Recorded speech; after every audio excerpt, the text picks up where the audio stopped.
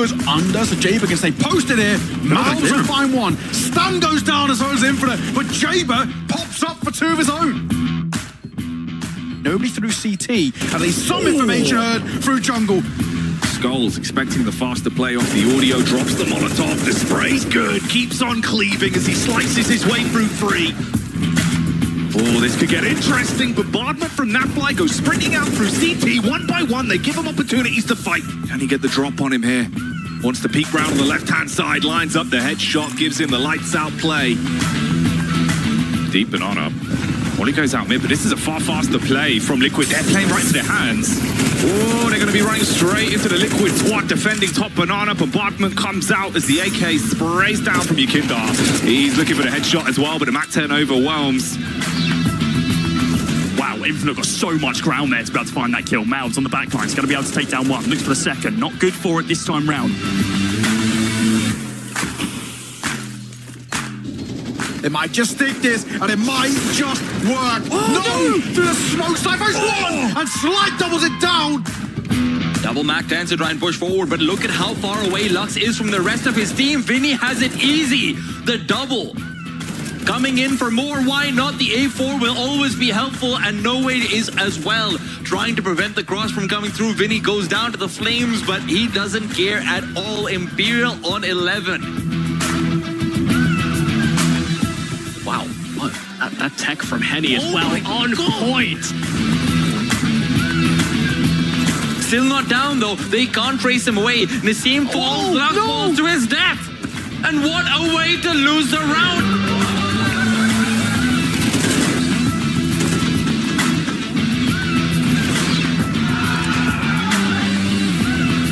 Yuri on his org that is ready to tear heads clean off, even on a round like this. Running in with a half-buy, they are getting destroyed by these scoped weapons. A confident Fallen is one to be terrified of.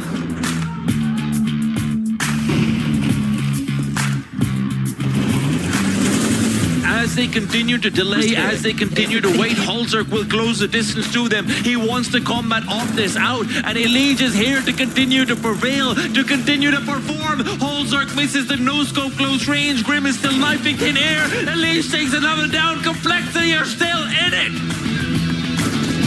Tech9 is fighting forward into 2 AKs, and yet still, Cold Zero continues to dominate them. Exit gets 2 back, but Biden's flank was not accounted for. The time is here, the time is now for the final day of the PGL Americas RMR. We've already had 2 of our South American teams in the form of Imperial and Furia qualifying to the Copenhagen Major. And with only 3 spots remaining, it is time for us to dive into all of the action that is about to unfold. I am Veracity, and I am joined alongside MacMate and Dust on the desk. Fellas, I want to talk to you. Mac, I keep complimenting your shirts, but you've definitely been like working it. Well, he brought a jacket. I mean, I didn't bring a jacket. Compliment Dust. Drip or drown, you guys have definitely dripped out for the occasion. So talk to me, how are we feeling about today's matchups? Today's matchups are interesting, right? It feels like there's just 2 pre-shows for the game that a lot of people are waiting for. But you say that to the North American fans, right? The Brazilian fans, they're going to be laughing. They're going to have at least 3 spots locked in because we got Pain and Odic, both the Brazilian teams. M80 and Legacy means there could be 4 Brazilian teams getting locked in and a maximum of 2 NA teams getting locked into the major. So who knows how this one's going to be going down. But at the end of the day, it's going to be heartbreak one way or another. I'm excited to give everybody a bit of a TLDR, the lowdown of what they might have missed so far. So Dust, talk to me about the matchups we had yesterday and the results that unfolded on that front. Were there any surprises thrown your way?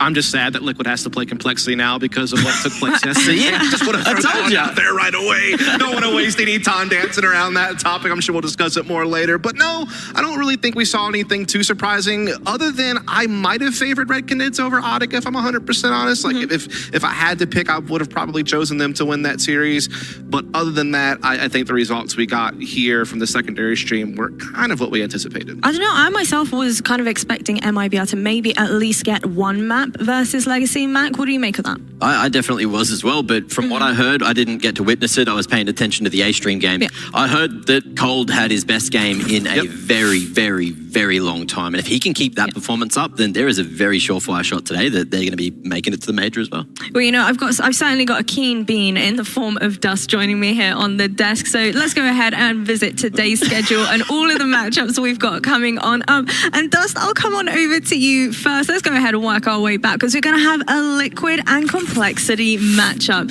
You look like you're molding right now, bro. I am absolutely molding. Like, I'm surprised any follicles are still fair their way on my scalp at this point. But no, I mean, it's a tough one, right? Because I do think Complexity and Liquid are both deserving of the major. I would pick them to beat any of the other 4 teams in here, except for maybe Legacy, if I'm 100% honest with you. But Liquid obviously came in with the really low seed due to being a new team, and that's just how the cookie crumbles. Their only crimes for losing to Furia, but unfortunately their punishment is going to be quite strong, as one of the big North American brands will not be at the major at the sacrifice of the other. Other than that, we got Pain taking on Audic. Again, as Mac was mentioning earlier, we are going to have guaranteed now 3 Brazilian teams in the major because of this matchup, and potentially a 4th, as you would maybe give Legacy the nod against an M80 team who are obviously dealing with a stand-in situation, but they've battled their way into a position to still have a shot at the major, and you got to give them props for that. I'm keen to see all these games, to be honest, because Pain has looked pretty fallible at some points. Audic, they're kind of like this underdog. They've got some new names that I haven't seen around the scene before. But if they can play their best game, if they can get some revenge against Pain, that's where, you know, they can impress me, can impress everyone out there watching as well. I'm looking at the history between these teams. Pain has pretty much had their number almost every single time. And I'm hoping they have something up their sleeves, right? Because, look, we can get deeper into that, but they've played almost the same map pool every single time for the last, like, 4, 5, 6 months. Yep. And if that can change, if someone can maybe pull an ace out of their sleeve, then there's a chance that we could see something spicy today. Well, you know what? Let's go ahead and dive in a little bit deeper on that topic. First matchup is going to be Pain versus Audic. Now, both these 2 Brazilian teams, I've noticed a little bit of a difference between the 2 of them. Pain coming into this looking a little bit more comfortable when it comes to the best of 1 scenarios. However, once we get into the best of 3s, they've not necessarily had the greatest of performances, Dust. So talk to me. Coming into this, yet another best of 3 qualification and elimination on the line for them. How do you think they're going to do? I think Pain are in a pretty good position right now. I mean, yes, they did get crushed by Imperial in a best of 3, very lopsided maps on Mirage and Nuke, but Imperial looked like perhaps the best South American team in the world right now. I mean, yeah, Furia is certainly still kicking around up there. I'll be curious if those 2 teams faced off against each other, who would win that actually. I think it would be quite close. But they did a great job against Legacy, which is another really strong Brazilian team in their opening game, beating them on Overpass in kind of an upset fashion, if we're honest, considering Legacy's track record on Overpass, and then beat Red Canids, another pretty solid Brazilian team as well, to make their way here. They have loads of talent on this team. Actually, Big Uzera, the in-game leader of the team, so the guy calling the shots, is also leading the tournament in opening kills per round. So he's leading in a lot of different categories for this squad. NQC is doing well with the AWP. Cowles is rifling like a madman. So they're packing a punch coming into this. Now, in contrast to them, you've then got Audic that are looking pretty comfortable in their best of 3s, and the only matchup they've lost so far is that best of 1 versus M80. So, talk to me, Mac, mate. Do you think they have what it takes? Do they have it in them to take on Pain? I hope so. I don't really want a lopsided day. We've had some really fast days here at the Americas RMR. It feels like even when we do get to see 3 maps, some of the maps will be like one team getting 4 rounds, and that's just not what I expected coming into this major. I feel like at the RMR, everyone would be bringing their best games for sure. So I really hope that Audic are going to be able to prove a lot of people wrong and really step up to the plate today. This is where, you know, you need to show you are capable of playing at a major. And if you don't win this matchup, then you don't deserve to be at the major. Absolutely. And what about standout players on the side of Audic, Dust? Anybody stand out to you? Well, standing out for me has actually been Poncer throughout the course of this tournament. He's been playing really well, and he's actually one of the less experienced guys on the team. They played with Keed Stars back in 2001, played with the Arctic Esports team for a couple of years back in 2022 to the present until he joined this team. Normally, he's kind of one of the more average riflers on the team. Usually, it's guys like Mateos and Turtle who are kind of more the star riflers of the team. And both those guys are still doing quite good. I don't want to, give them any, type of bad rap or anything. But Poncer has actually been stepping up and has been, statistically speaking, their best rifler at the tournament. So that's a guy I've actually been quite impressed with.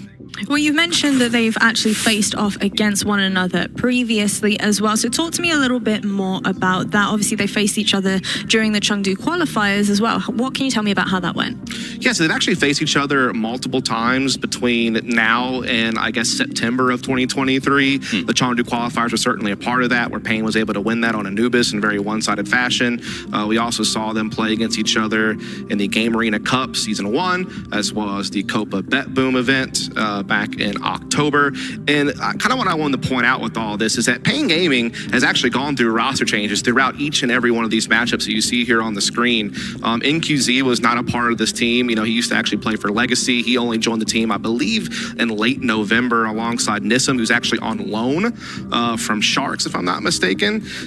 So the point being, though, is that even though they've had to shuffle their roster around, Ox had the same 5 the entire time, the core of this Pain team has always kind of had the number, I guess you could say, of Otic. Yeah, not only that, but every result we were just looking at on screen as well is online. And that's also on all the old patches. The game has changed leading into this tournament, which may also be why we've seen some really mixed, really weird results going on. Everyone's still adapting on the fly. Everyone's still getting comfortable with how the game state is at the moment. The meta feels like it's just chaotic here. It has been chaotic. That's one way to put it.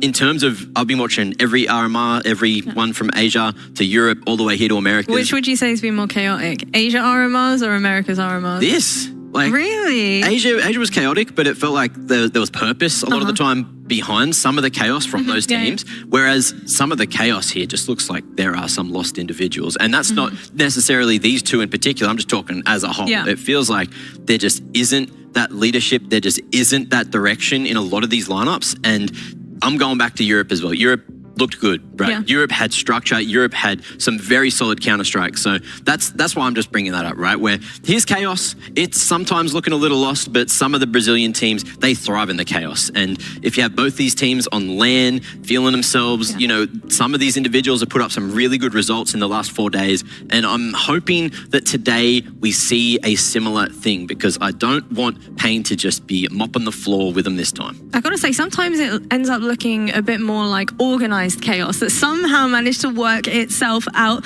Dustin, coming over to you again. You mentioned NQZ as one of the players to look out for and keep an eye on. What can you tell me more about him? Yeah, NQZ, like I said, he's a guy who actually came over to Pain Gaming, actually formerly playing with the guys over at Legacy back when they were still called like 00 Nation and Fake Natty and all that jazz, kind of in the 2023 time period.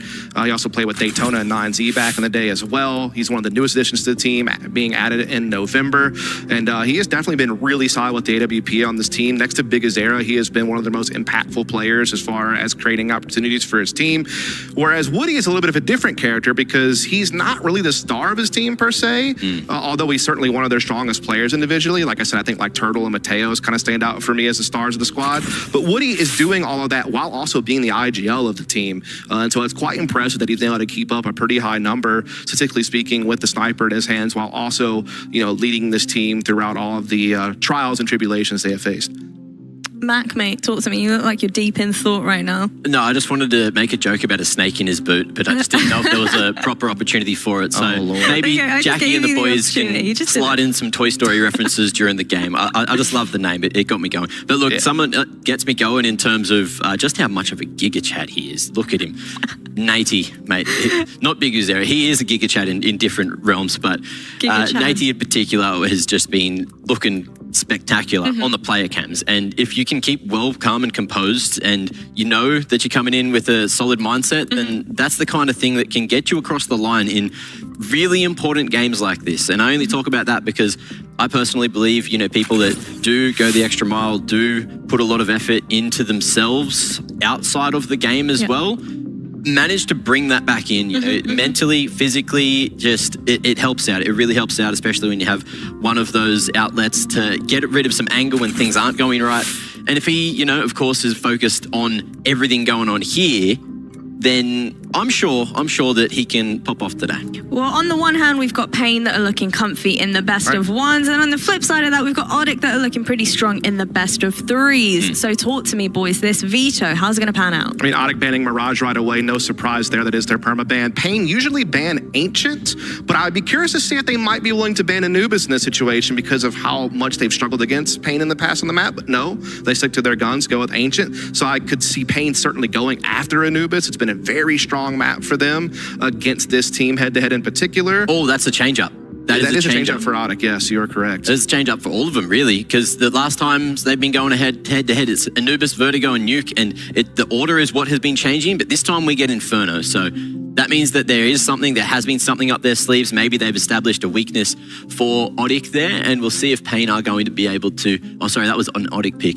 My eyes, look, I'm getting older. I'm like 50 or something at the moment. Yeah, but Inferno is a cool pick for Odic because they actually have been struggling in their region on the map. Like the first 7 games they played with each other, they lost 5 of them, but they've won their last 2 games in a row in the scene over 9Z and Case. And so it feels like they've recently kind of started to rework it, retool it, and try to bring it back into action. Meanwhile, if you look over at Pain on the Inferno side of things, they're kind of weird because they've only really played against European teams on this map when they were kind of over there for boot camp and some small tournaments, but when they have played within the region, they have done really well against their fellow Brazilian teams. So I actually think that Inferno might be somewhat common ground in the sense that no team really dominates it between the two of them, and both of them do pretty well within their region and probably know each other pretty well from practice and such as well. So that is an interesting little curveball to not see Anubis come through. Pain actually banned it second rotation. Maybe they just feel like they've played it so many times and shown too much and didn't want to have to, bring it back up again.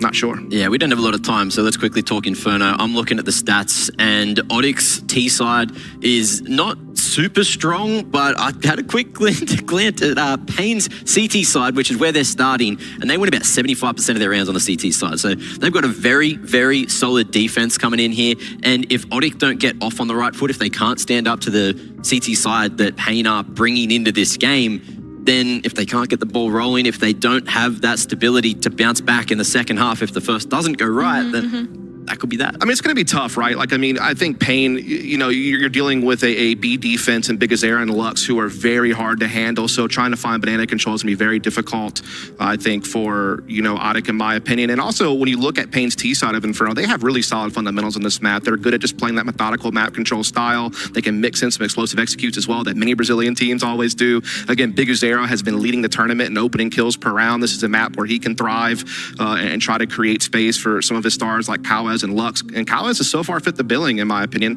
Lux has been a bit quiet, though. I want to see him kind of turn up in this series.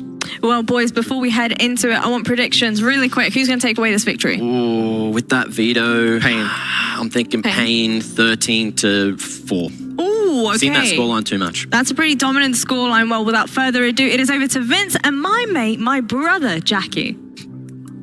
Oh, thank you, sister. That's right. We're here in position, ready to kick off the opening best of 3 of the final day of the Americas RMR, Vince. 3 spots remain for the major in Copenhagen. 6 teams to duke it out, and it all starts here. An all-Brazilian affair. These teams have played each other many, many times over the last 4 or 5 months that Des touched on. But interestingly enough, neither team has played Inferno for over 6 weeks. So that's another reason why coming into this, seeing Inferno pick first was a little bit of a head-scratcher. We weren't expecting this, but it could prove to be fireworks. Yeah, there was a couple of nuggets in that veto when we're sort of digging into the gold, seeing the potential stories that we can get with this one. No Anubis, because Pain's been on a 4-map losing streak, so they air that. Nuke comes in as the bookend of the series. It's tantalizing, but we'll start off here on Inferno. Banana bombardment as Turtle strikes. That's a snapping turtle, Vince. And that hurts. You don't want to get bit by one of those, but Lux with those Julies, spitting bullets down on Banana and shuts it down by himself. The ace with the Julies, so much venom. Oh, okay, we go straight from Turtle to the heart of a lion. Man with the doolies just barking at them. Oh, an ace to kick it off. That is not how you want to come into this game, Vince. You've been hit with a tornado at Banana. Oh, the hype behind it as well, just swelling, enveloping that Banana control. And it was just tap, tap, tap. They just run in. It was 5 headshots as well. It's mad. Oh, the guy just clopping off heads left and right like it was no one's business. No post plant, of course. So Odic, they're down to Glocks. He's just gone full Jim West. It's mad. The Desperado Rough Rider, you don't want none of that. Because he's running it in the pistol round. We're straight into the second, though, and it's only Glocks, like you say. There's no money in the coffers for Odic. And probably quite a bit of frustration in the top of their heads. Pain, meanwhile, you just want to keep it clean. You've won the hard one now off the back of the pistol being so sickening. Just look to build up the cash and ease into your CT side. Big Guzera takes the deep control banana with the MP9, looking for the adjustment if necessary. You've got the deep smoke out as well. It's going to make it a bit uncomfortable for the T's, but they're gripping up for a brackets pop. Mateo still has a good idea that a wrap around the back is possible, but NQZ laying down some fury with the FAMAS and Kawes helping him on the cross. There was no way forward, no hope whatsoever. I think a Deagle was purchased in that round. That was the only upgraded pistol they had, but it made no difference, Jackie. It's a clean sweep again. I'm enjoying these yells already as well. It's quite nice watching the little war cries, the excitement that's coming out. It's a gigantic game. You're so close. You're within touching distance of getting to the major.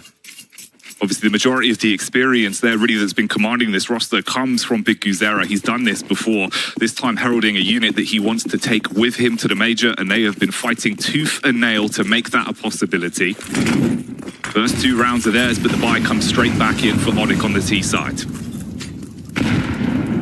HG's early on, but Odic aren't interested. They're funneling back on the T side on the steps.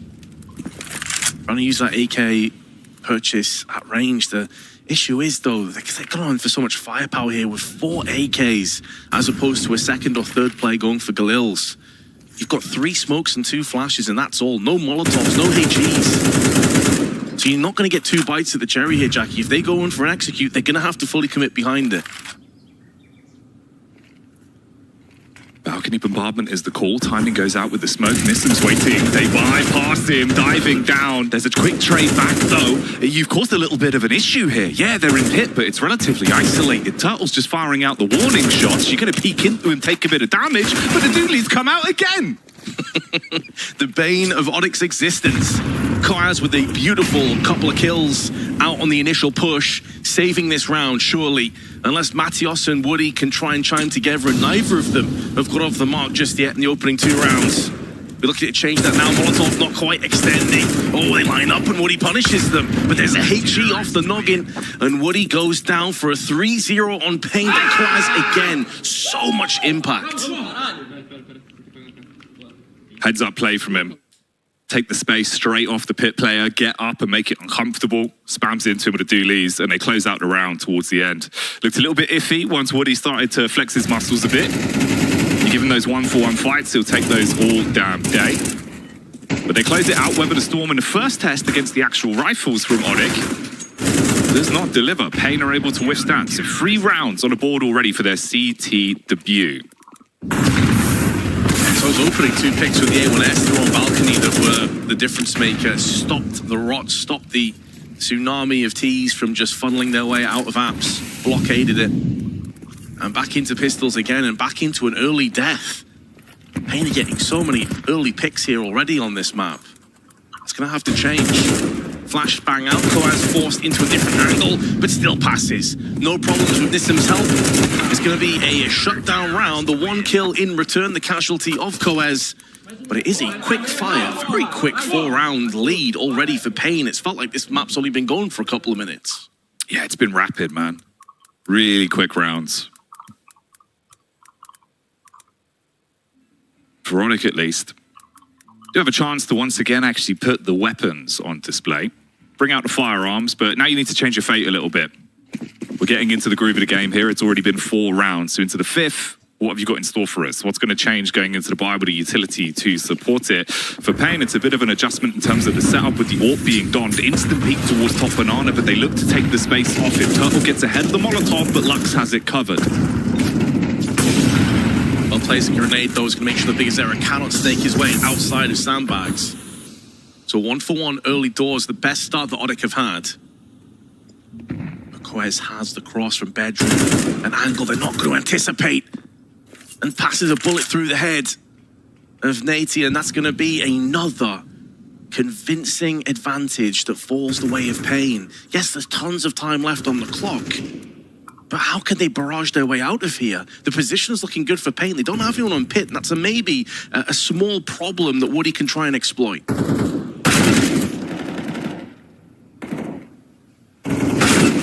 The T's are just getting mauled. It's the backstab that gives them an opportunity, but you've lost a lot of the cavalry. It's not going to get any easier for Woody. Nade round the corner, a near miss on the connection. He drops the smoke to block off the quick rotate in from quad side, give himself a little bit of a shroud to play off of, and just tucks up into it. It's an off angle here. He's paranoid about how close they're going to be, and these three CTs want to just work as a unit on the retake. Molotov and HE flash for the top as well if you want to blind him. He's got one of his own, but the molly comes in, tagging him down, forces him to adjust. They've got it, and they overwhelm on the retake. And Quez is having such a stellar opener to this game, man. Like, he's taking every single duel, every 1v1, 1v2, he is winning out by himself. That is incredible impact that he is currently having, and he's suffocating Odic. They can't really get anything done. Yeah, you get a post plant, but it's at the cost of so many bodies that 1v3 was pretty straightforward. It wasn't that difficult in the end.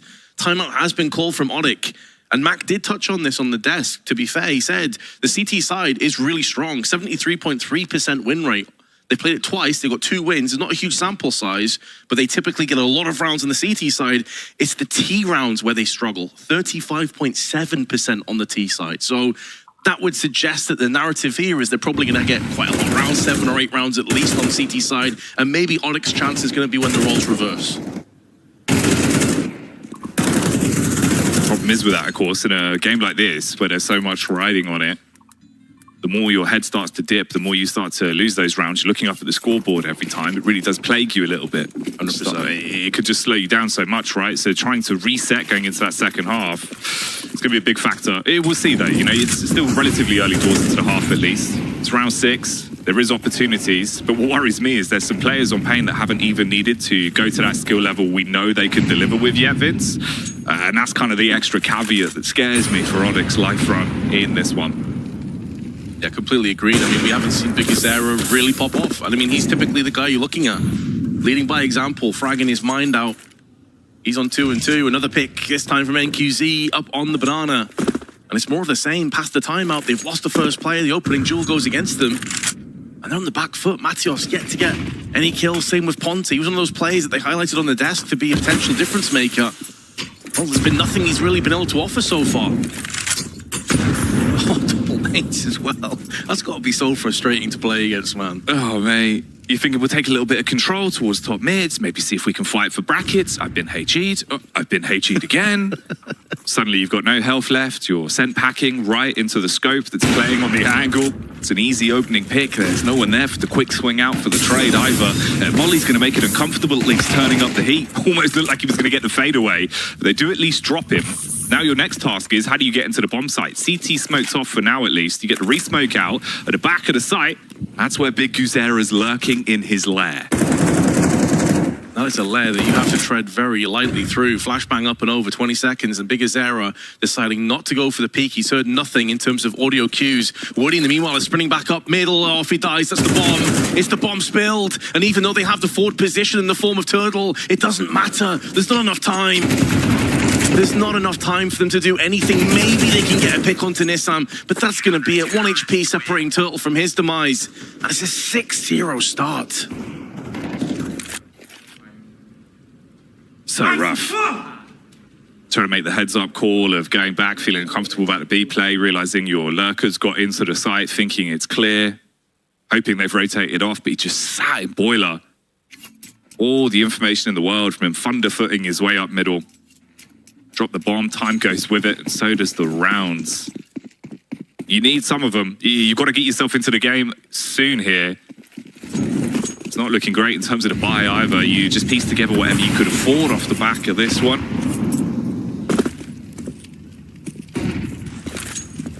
And even if we are going fully off the coping mechanism of, oh yeah, but maybe Pain's T side's not that strong.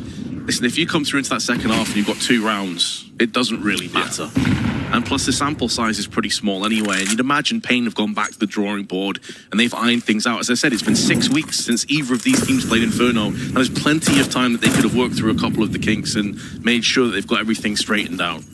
We've already seen that with Pain's adjustments to overpass the map. It looked like they didn't really want to play too much. They definitely got drilled on that. Spray's nice. Quick flick back around with a tech to deck the man in the cubby. But even then, you're outnumbered 2-1. Minute on the clock here. Ooh, Turtle. Is Hard Shell withstanding that opening connection with the Orb. You're still alive, but you've taken a ton of damage, so you need to win these fights very cleanly. That's your only win condition of being able to piece together this round. One that you've got to go for, really. This crossfire is deadly as well, isn't it? Even though he's low HP on the site, it's the backstab. And the blade, in the form of the A1S, is going to rip through the remaining 2 Ts for a 7-0. And it's more of the same. The economy is building up nicely.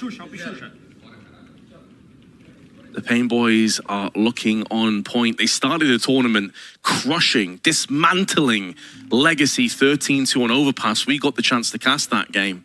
They were so dominant that I was actually surprised they ended up losing their second game the way they were playing. But now we're seeing shades of that same Pain showing up to the server, and that is a terrifying prospect for anyone they run into. You do not want to give Pain confidence either, because they start to do things like this where they will just squeeze map control off of you from the opening moments of the round. Not even a deep mid smoke here. You just entirely walk down with confidence to hold it. Peeks towards T-steps, 2 tags, but no actual frags off the back of the initial gambit for the CT side.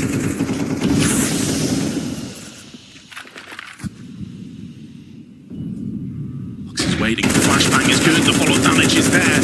But Lux will pivot straight back in, forcing it into a 1-for-1 trade. These are the kind of situations, though, that Odic desperately need to grab on for dear life.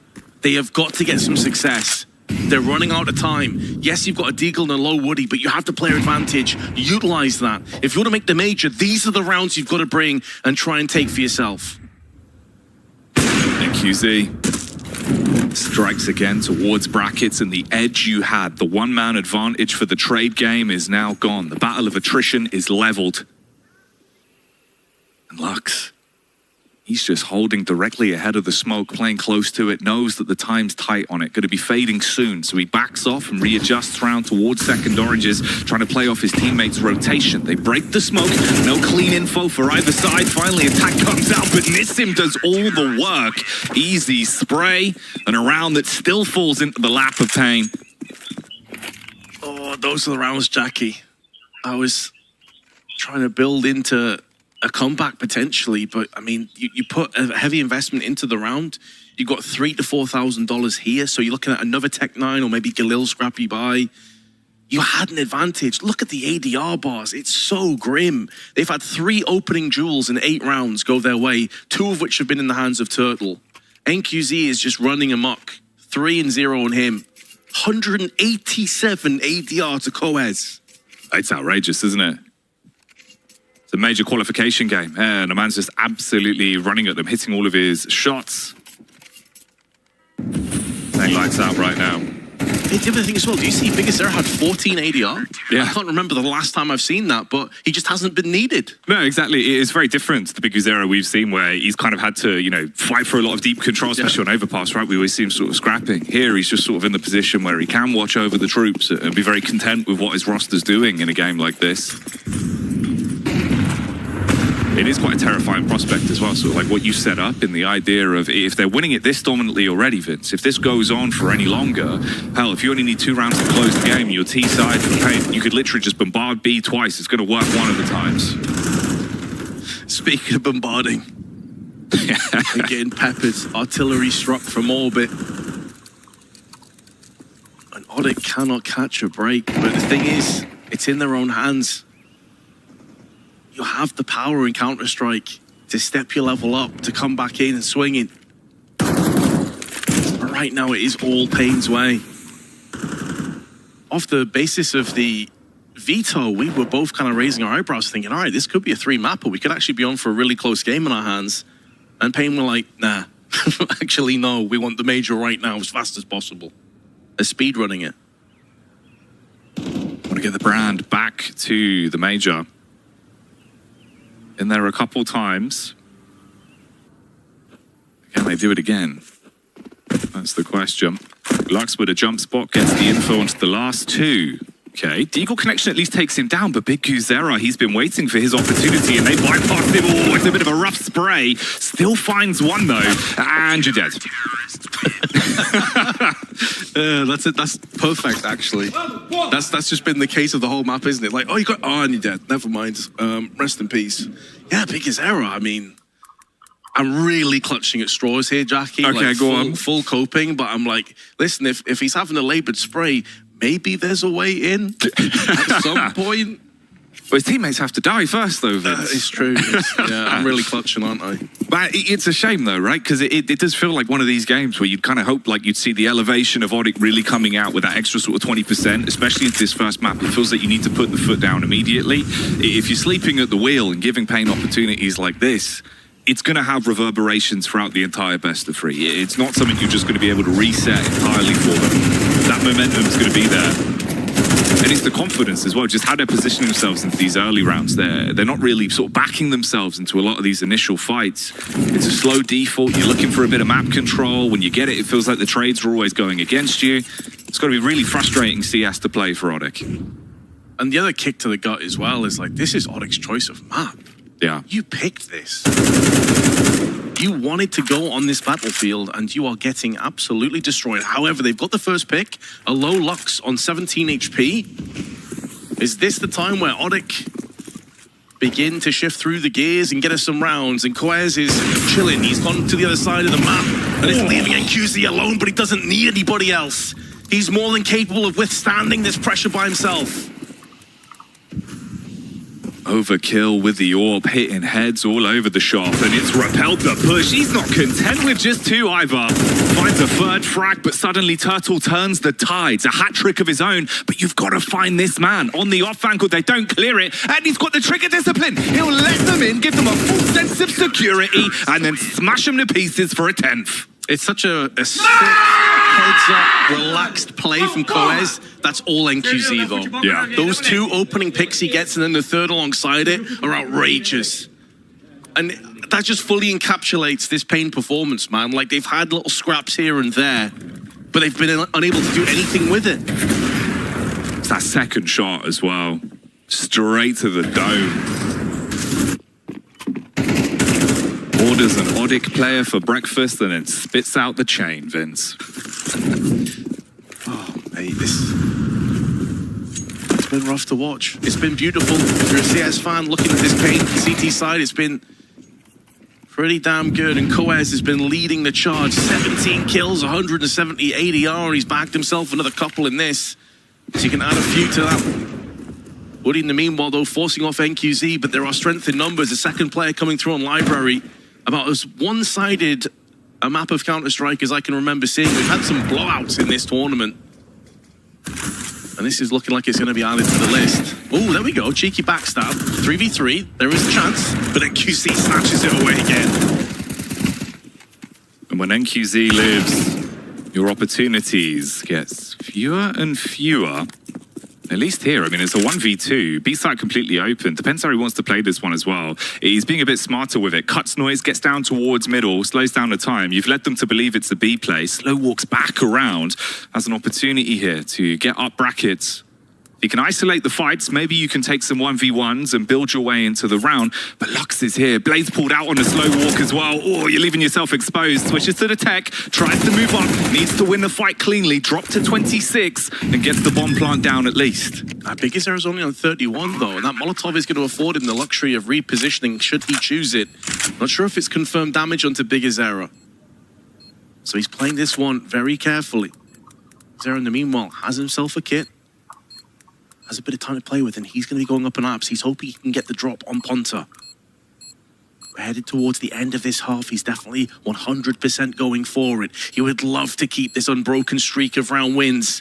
And he's going to be pincering around the corner. He's dropped, he's made sound, and he should be a dead man. The biggest error still shuts down Ponta. And he should have time for the defuse with the kit. Oh, the woes continue. Odic must be devastated. When he dropped Jackie, I was sure he was dead. Yeah.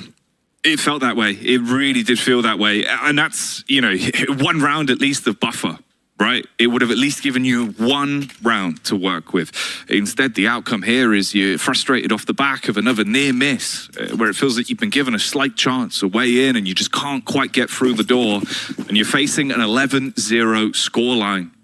In the first map of a best of 3 that decides whether or not you're eliminated or make it to the Copenhagen Major, the first major for CS2. And this is the way things are going on your T half. Oh, if they get the 12-0 off the back of this, buddy, it's going to be so rough for you to really do anything. Hell, even the pistol round could just be where this one starts and ends on the second half. Quez with the simple, straightforward shutdown. There was a flashbang alongside it, but it didn't even connect. And Quez looking for that 20 bomb in the first half. MR12, I mean, this would have been ridiculous in MR15 days, and he's gone and done it.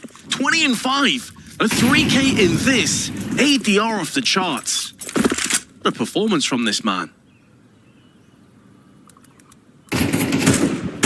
He's got the straw hat on, and he is farming.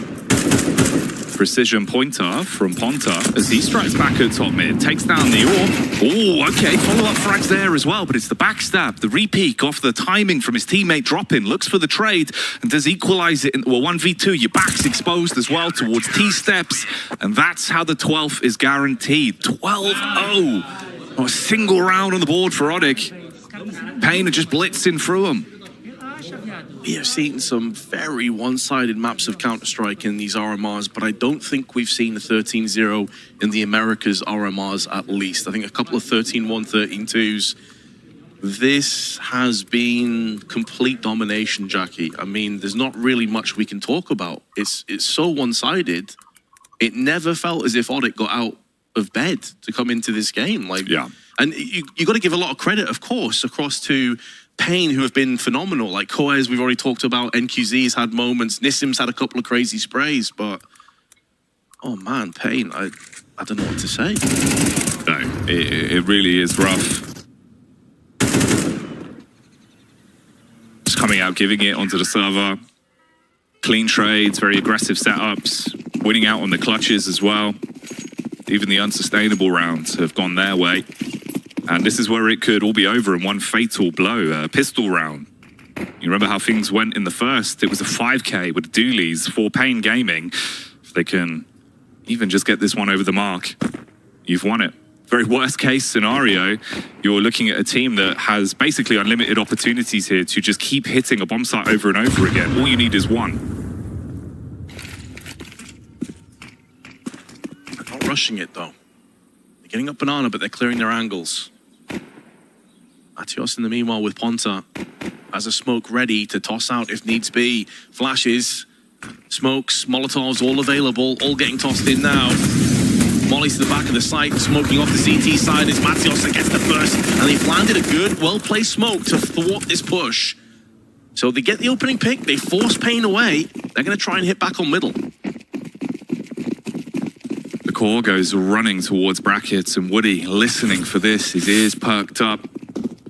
Oh, he could peck from the back. Oh, it's a bit of a rough one on the face towards Boiler, but he still wins on the fight and brings the numbers down somewhat. You've got time for the rotate in now as well. So the rest of the squad groups up towards Arch, but a big dink on Woody, down to 2 HP.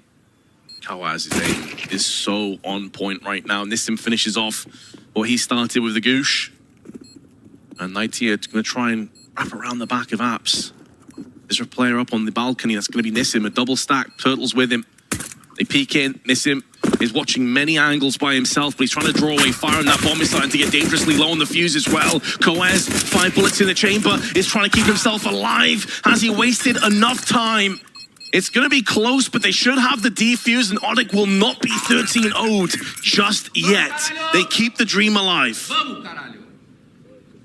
You hold back the Reaper for at least one round here. But that's the horrific timeline that you now live in, where the entire game has to be absolutely flawless, and that's just to remove the safety net of overtime that is waiting underneath Pain Gaming here on Inferno. That's what you're facing. It's very hard. You just have to focus on one round at a time. Take it piece by piece. Whereas for Pain, you have the opportunity here to find what's weak, see if there is any gaps in the defense, and then just abuse that going into the later rounds. A single mistake would cost them the game, and you'd move on to the second. Oh, and Lux finds himself wandering no man's land. Double spray. Caught in barbed wire is Matios. Turtle's gonna get the backstab. You're taking a picture, mate. What was he waiting for? Oh, mate, I was a little bit worried he was actually just going to get his lips removed when he turned around, honestly. I was like, oh, mate, don't go for the blades. Okay. You see, again, though, it's still quite scary, right? Because that's another round where I'm like, well, that kind of was the mistake of Banana. Lux just gets the double entry. It's all going to fall to pieces. You get through it, but again, at what cost, right?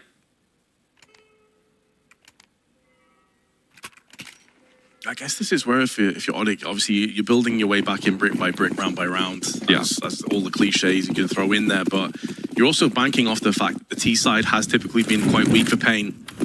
And you have to have full confidence in yourself as you're next get a mowing down with the MP9 and grenade alongside it.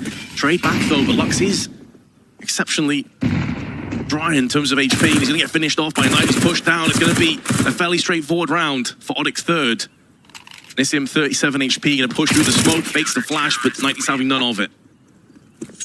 Do love the heads up fake flash for the Tech 9 though. Fair play to him. If it caught him off guard, would have been good banter, but not this time. The round itself though, for Odik at least, not that bad in terms of the casualties either. So at least you will have weapons and utility coming into the next. Having money in the coffers really doesn't matter, because obviously if you lose one, it is over. But at least having enough cash to sustain yourself into the following round is more what you're worried about. Quick pause here as we've had one of the games go down. So we're going to get the player back in the server and carry on with this one. Probably a bit rough as well, right? Because it's kind of one of those where when you take a bit of a break out of the flow state in a game like this, you sort of realize what you're up against, whereas for Pain, probably just thinking, all right, just get us back in. Let us just lop the head off at this point.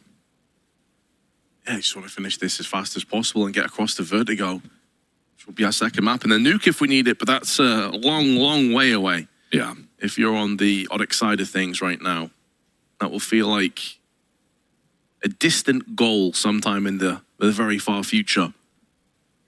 In the here and now, they are 12-3 behind. They have won the last 3 rounds.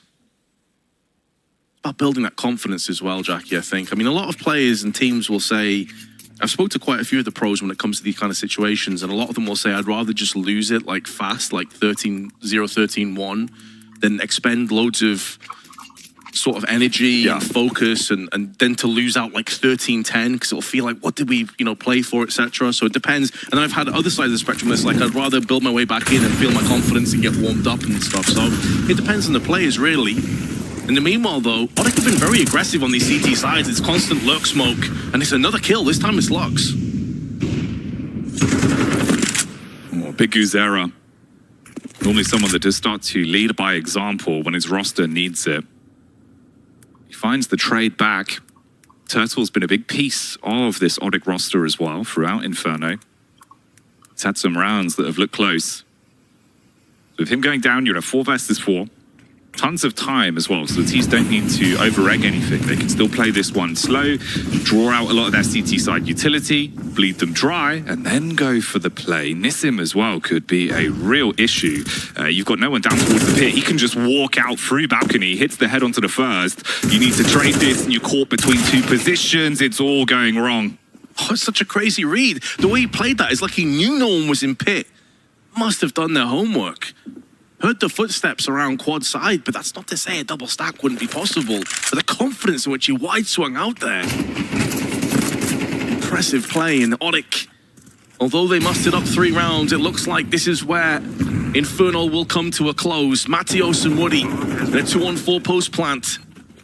Woody has the kit with an M4 alongside him.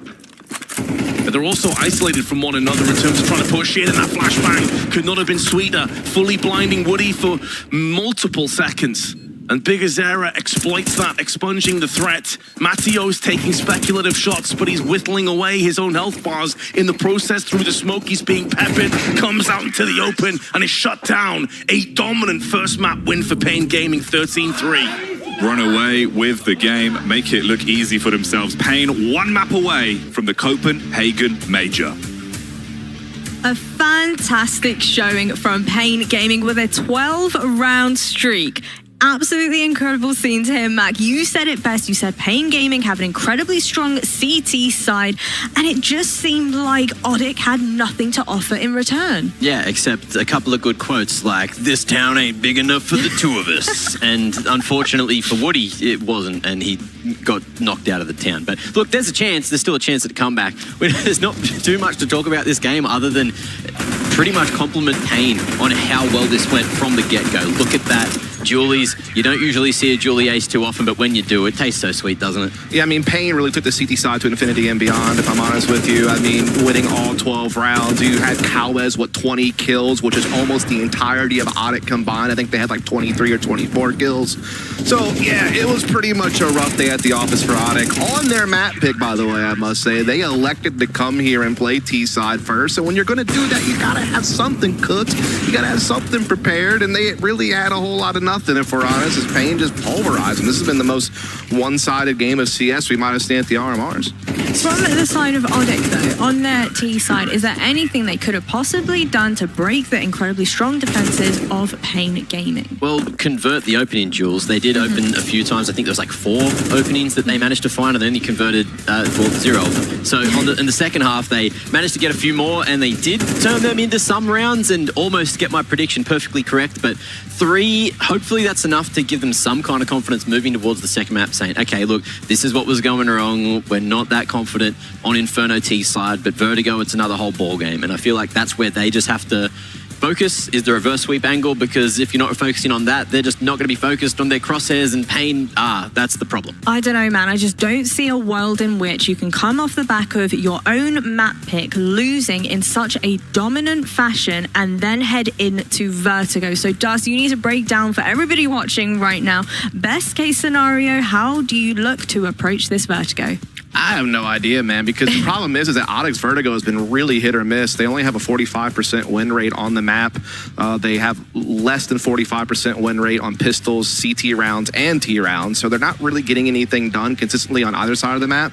Meanwhile, you look at Pain Gaming, a lot of their games on this map have actually been over in Europe, and they've beaten teams like Big and Prezi and some of these other squads you might be familiar with from the European scene. They've been pretty consistent as well within the Brazilian scene on this map. 60% win rate on the 60% pistol win rate. They're over 50% on both sides of the map as well, so they can get rounds either way, attack or defense on Vertigo. And so it does spell kind of doom. You know, I hate to be that Debbie Downer, but I don't really see a way upwards from Odic. But you would think anything could be better than what happened here. Yeah, if they can't bounce back, like, that's the end of it, and that's exactly how it works here. It is pretty cutthroat. The format of the America's RMR has been pretty cutthroat, and yes, they've managed to get a couple of wins, turn some heads, show what they are capable of against some of the lower tier teams, but Pain, they are here to game. They are here to lock in another spot for Brazil, and they're looking to just go and have a little boot camp in Europe, take on some of these European teams, get that stick of money, baby. That's what it's all about. And Odic just aren't stepping up to the plate. That's what we were talking about in the pre-match, and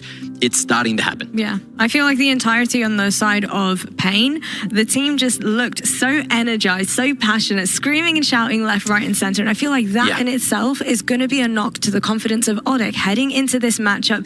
You guys said it best, you know, Cowers in that match absolutely decimated them. You highlighted NQZ at the beginning of that matchup as well, and he certainly delivered. So across all fronts, it looks like Pain Gaming are just hitting their shots right now.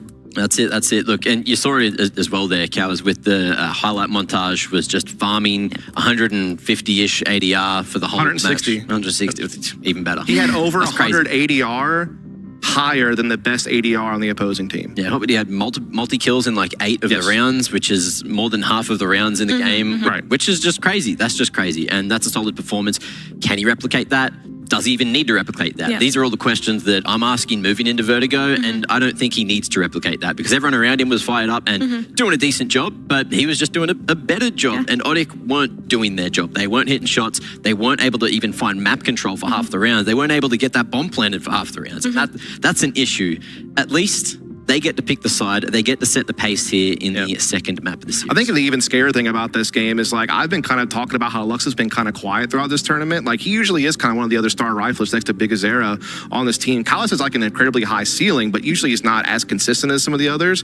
And Lux popped off that game. I mean, he obviously had the ace on the pistol round. I mean, that's a way to go in with the bang right away. So now you got a Pain firing on all cylinders, not showing any weaknesses. Meanwhile, no one really stepping up to the plate for Otic right now, and things are going to have to change. Otherwise, they will be very quickly waltzing their way back home to Brazil without a ticket to Copenhagen. Well, you know what? Let's go ahead and revisit the round that started it all with Lux's pistol round. Yeah, let me really break this down for you, and it's in slow-mo here. This is just some really technical play going on right here from Lux with the dualies, where he's literally just left-clicking the mouse. I don't know if we can really just to show you the left clicks that are taking place here, but they are finding the heads of literally everyone on the T side. Just super disjointed, all headshots all the time. That's the way you start a game. That's the way you start a 12-0 half. That's how you do analysis. Yeah, I mean, I really tried. There wasn't a whole lot of tactics to break down that game, unfortunately. It's more just people get mowed down. Every single one was a headshot as well. Yeah. So like I mentioned, every single one of these boys... Two pistols better than one, you know? I mean, there we go. Every single one of these boys just hitting their shots. Vertigo, though, if you are Otic, what on earth are you thinking right now? How are you heading into this? You just got to let this one go. Like, you can't even think about this map anymore. I mean, the thing is you lost it so fast that you were never really in it. So there's never really any stress put into trying to make a comeback and, you know, wasting stamina. You just have to put that one away and be like, all right, that's over with. Like, our bat pit backfired. Oh, well, let's regroup, you know? And that's really going to be the big test. Can they just mentally reset, shake that off? Or is this momentum from Pain that's going to keep flowing and this is going to be a quick series? Yeah, there is some things going. Like, they did manage to push, I think it was for the quals for the MIBR to at least OT, to double OT or something like that, which gives them some kind of confidence. MIBR haven't looked too good. They got knocked out yesterday, and they got knocked out for a reason. So I'm not sure if that's going to be enough. I just feel like, at least they want a pistol, right? They want a pistol in that second half of Inferno, and that usually will equate to some more rounds. So hopefully, coming out of the gates on Vertigo, a pistol's a great way to really get that confidence right back. Well, you know what? On that note, let's go ahead and give them a little bit of a breather before we head into our next map of Vertigo. Level up your gaming space with metal posters from Displate. Hang your displates in seconds. Swap them whenever you like. Get official art from your favorite games on a uniquely designed metal canvas and choose from thousands of posters. Join over 3 million collectors now. Your wall upgrade is here. Shop now at Displate.com. Players are changing. Countries are changing. The game has changed. Times it to perfection and simple. It's Olaf who's on top of the box. He's got 3 and he's looking for a 4. That is incredible. And Rain, he starts away. The best tournament, the best bookmaker at the same